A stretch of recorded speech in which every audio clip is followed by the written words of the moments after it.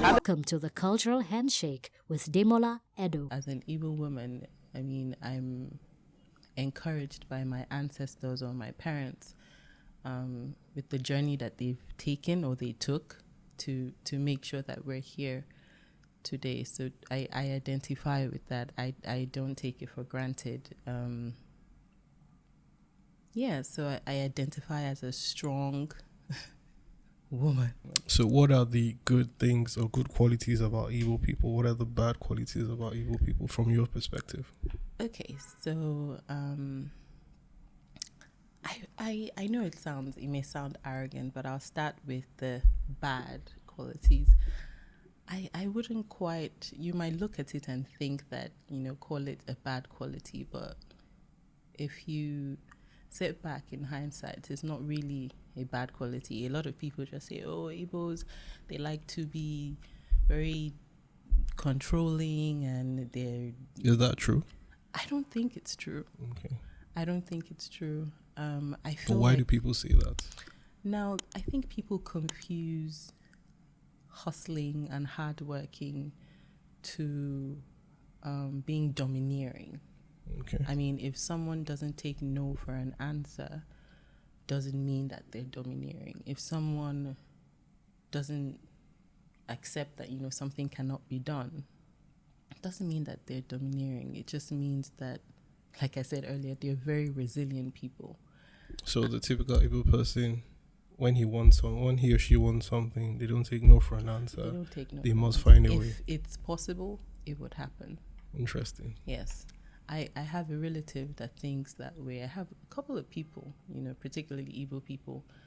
No is just not in their vocabulary. So if it can't be done, if it's not possible, there must be a way. Interesting. There must be a way.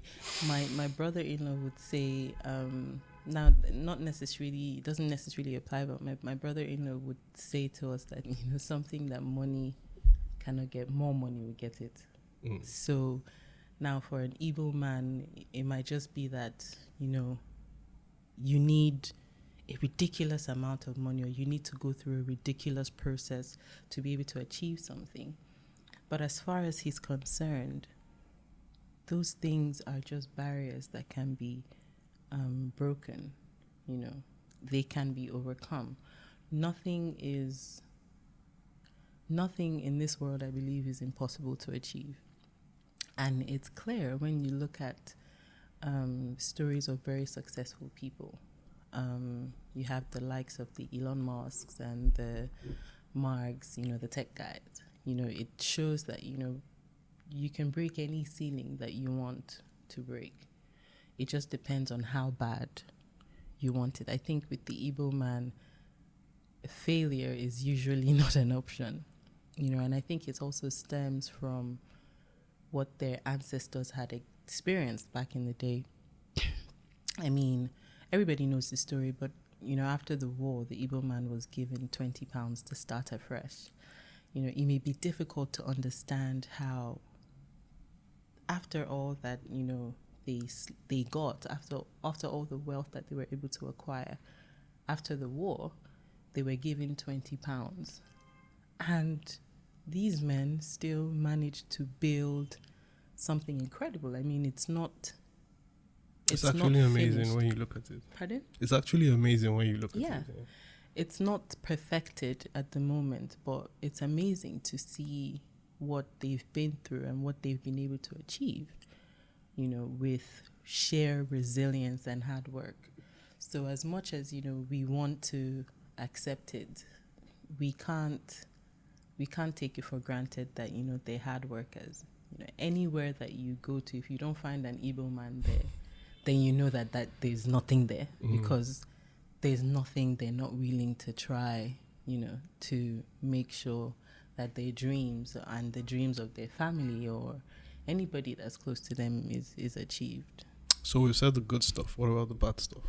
So that's what I'm saying. I mean, the bad stuff, like I said, I wouldn't say are bad things. So the fact that... So is it how people perceive the good stuff? Is that the bad stuff? So, yeah. So, I mean, I was watching an interview once, I believe it was the late Amadou Bello, where he said that same thing, you know, you put an Igbo man somewhere and he wants to be the leader and he wants to be this and he wants to be that. I mean, personality traits for Igbo people are like that.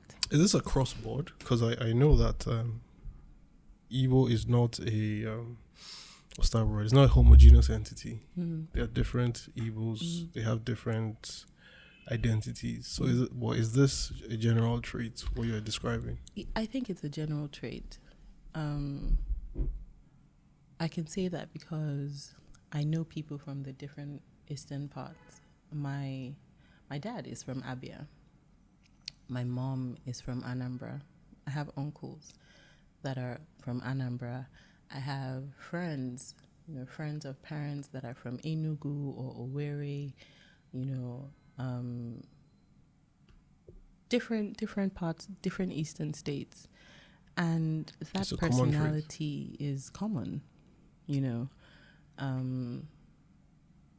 No matter how wealthy you are or no matter how poor you are, you know, they just have majority. I wouldn't say every single, there's some exceptions, obviously there will be some exceptions, but for the most part, yeah. So like I said, the bad thing is that people will say that they're very dominating or they like money, and I don't see those I don't see that as a bad trait.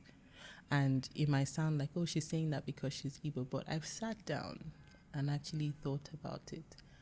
Okay, maybe what would I say that I think is a bad trait? You can say, oh, Igbo guys are arrogant.